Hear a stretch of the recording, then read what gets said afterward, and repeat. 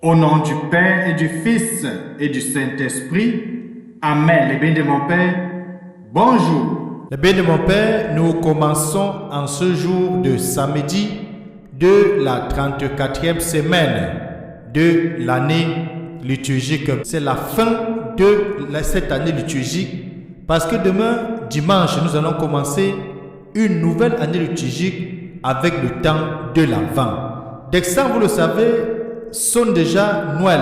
L'enfant Jésus se pointe à l'horizon. L'enfant Jésus commence à venir, à prendre le chemin pour venir vers nous. C'est le moment de commencer à préparer son cœur, de préparer sa maison, pas seulement de mettre des guirlandes, mais de mettre des guirlandes dans notre cœur pour nous illuminer. C'est pour cela que la première lecture, qui est tirée du livre d'Apocalypse, chapitre 22, les versets 1 à 7, va tout simplement dire que la nuit aura disparu, le Seigneur Dieu les illuminera. Et dans ce texte, on peut comprendre qu'il s'agit là du nouveau monde qui se met en place. Parce que Jean va voir ce qu'il dit, l'arbre de la vie. L'arbre de la vie. Si je vous envoie à lire le livre de Genèse chapitre 3, vous allez voir dans le verset 22 exactement qu'il y avait deux arbres au jardin. L'arbre de la connaissance du bien et du mal et l'arbre de la vie éternelle. Et lorsque l'homme va manger le fruit de l'arbre de la connaissance, Dieu va dire justement dans ce verset 22, l'homme est devenu comme nous, il est mieux de le mettre dehors pour qu'il ne mange pas l'arbre de la vie. Voilà donc que Jean est en train de voir dans cet extrait d'Apocalypse l'arbre de la vie qui est placé au milieu du peuple. Donc nous sommes ici justement en train de vivre le paradis, en train de vivre la communion parfaite avec Dieu et sa création.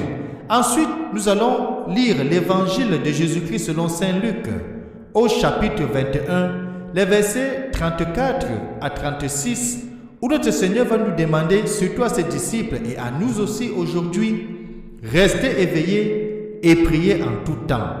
Ainsi, vous aurez la force d'échapper à tout ce qui doit arriver. N'oublions pas qu'hier déjà, il annonçait la désolation, du moins avant-hier, il annonçait la désolation sur Jérusalem. Apprêtons dans nos cœurs, bénis de mon Père, apprêtons les textes d'aujourd'hui et surtout, bienvenue.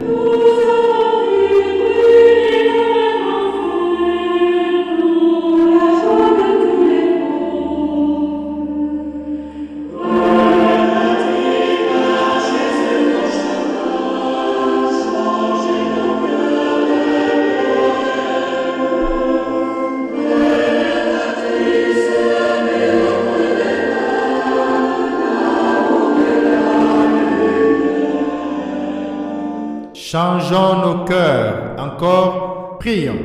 Réveille, Seigneur, le courage de tes fidèles, qu'ils soient plus ardents à profiter de tes grâces pour obtenir de toi les plus puissants secours. Nous t'avons prié par Jésus-Christ, ton Fils bien-aimé, lui qui vit et règne avec toi dans l'unité du Saint-Esprit, Dieu maintenant et pour des siècles. Amen. Les bénis de mon Père, que chacun ouvre son texte d'Apocalypse ou Révélation au chapitre 22, de lire les versets 1 à 7. Bonne lecture.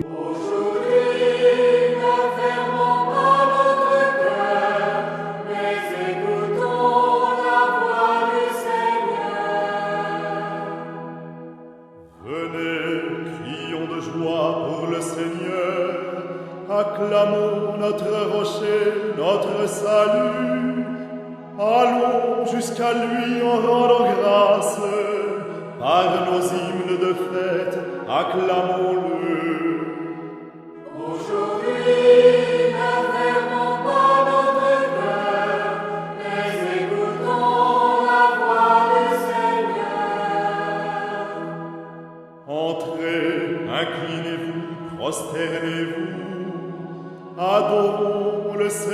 Père qui nous a fait.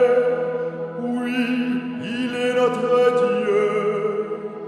Nous sommes le peuple qu'il conduit. Aujourd'hui, ne fermons pas notre cœur, mais écoutons la voix du Seigneur. Alléluia, Alléluia, Alléluia,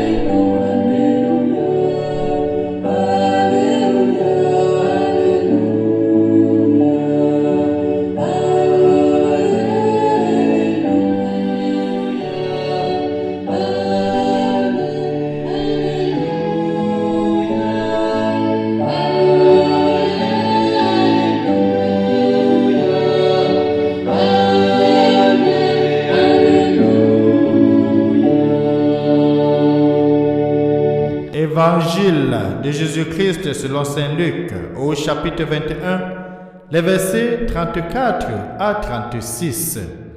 En ce temps-là, Jésus disait à ses disciples, « Tenez-vous sur vos gardes, de crainte que votre cœur ne s'alourdisse dans les beuveries, l'ivresse et les soucis de la vie, et que ce jour-là ne tombe sur vous à l'improviste. Comme un filet, il s'abattra en effet sur tous les habitants de la terre entière. Restez éveillés et priez en tout temps. Ainsi, vous aurez la force d'échapper à tout ce qui doit arriver et de vous tenir debout devant le Fils de l'homme. Acclamons la parole de Dieu. Louange à toi, Seigneur Jésus-Christ. Restez éveillés et priez en tout temps. Ainsi, vous aurez la force d'échapper à tout ce qui doit arriver. Eh bien, mon Père, dans cette phrase que nous venons de reprendre et qui se trouve dans l'évangile que nous avons écouté, c'est un peu quelque chose déjà écouté. Rappelons-nous quand notre Seigneur Jésus-Christ, lors de sa tribulation, était une fois de plus au mont des Oliviers et qu'il priait. Les apôtres étaient de l'autre côté. Eux aussi, au lieu de prier, dormaient. Mais aussi, lorsque Jésus sera au mont Tabor, lors de la transfiguration, pendant qu'il sera en train de parler avec Moïse et Élie, bien sûr que Jean, Pierre et Jacques, qui vont vivre l'événement, eux aussi étaient en train de somnoler et étaient presque en train de dormir. Mais le Seigneur va toujours leur dire quelque chose de très important: veillez et priez. En d'autres termes, restez éveillés et priez. Et plus tard va dire, priez sans cesse. Priez sans cesse. Donc ce que le Seigneur dit ici rejoint ce qu'il a toujours eu à demander à ses apôtres de demeurer dans la prière. Cela doit, une fois de plus ce jour, avoir une résonance particulière dans nos oreilles de chrétiens, dans nos oreilles de baptisés. La prière, c'est entrer en communion avec notre Dieu. La prière, c'est causer avec Dieu. Donc Jésus nous recommande de rester toujours en communication avec lui, de rester toujours en communication avec l'Éternel des armées, de rester toujours en communication avec notre Créateur. Et cela se fait dans la communion avec l'Esprit Saint. L'Esprit Saint qui nous a promis, je m'en vais vers mon Père et je vous envoie le Paraclet qui sera avec vous tous les jours jusqu'à la fin des temps. Et dans le texte d'aujourd'hui, Jésus-Christ attire toujours notre attention sur le caractère d'improviste de la venue et de la fin des temps. Il avait passé tout son temps à dire que nul ne connaît le jour ni ne connaît l'heure, mais seulement de demeurer prêt et persévérant, de rester vigilant. Et c'est pour ça qu'il demande que certains comportements mondains ne doivent pas nous empêcher de vivre ce moment de grâce. La beuverie, l'ivresse, les soucis de la vie, bref, les soucis de ce monde dans lequel nous nous trouvons ne devraient pas nous éloigner complètement de la grâce de sa venue. Et d'où vient donc la lourdeur du cœur?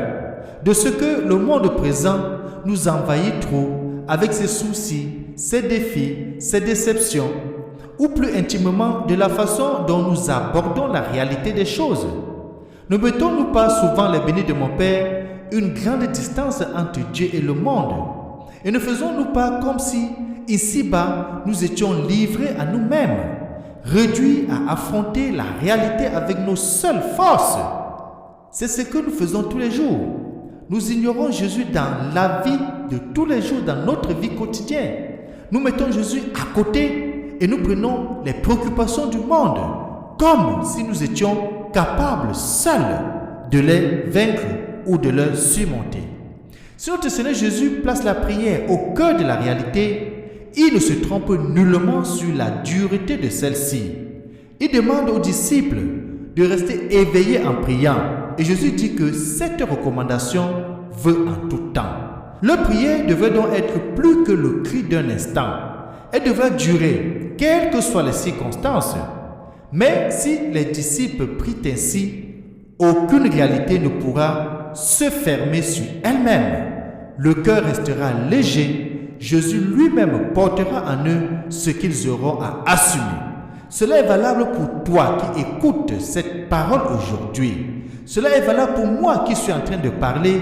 Cela est valable pour l'humanité. Certes, il faut dire les bénis de mon Père, une telle prière suppose qu'on sache résister aussi bien aux appétits excessifs qu'aux besoins d'évasion. La véritable ou le véritable enjeu est pourtant ailleurs.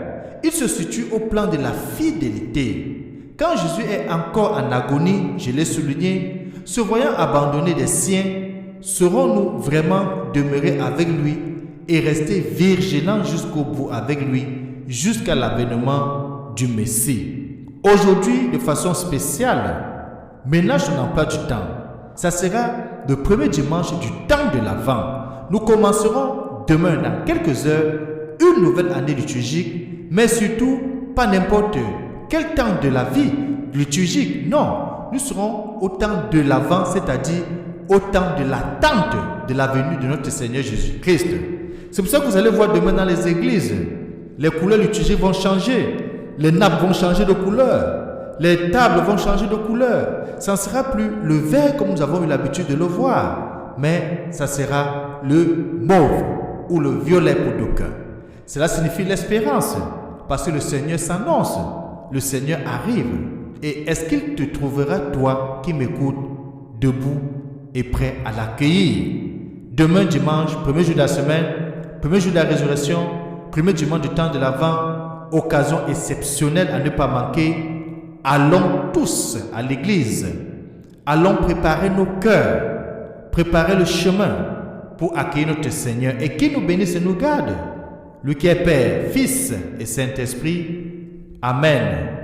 Bon dimanche, bon temps de l'Avent et surtout les biens de mon Père. Que le Seigneur nous conduise jusqu'à la fin de cette année sans maladie et en bonne santé. À bientôt.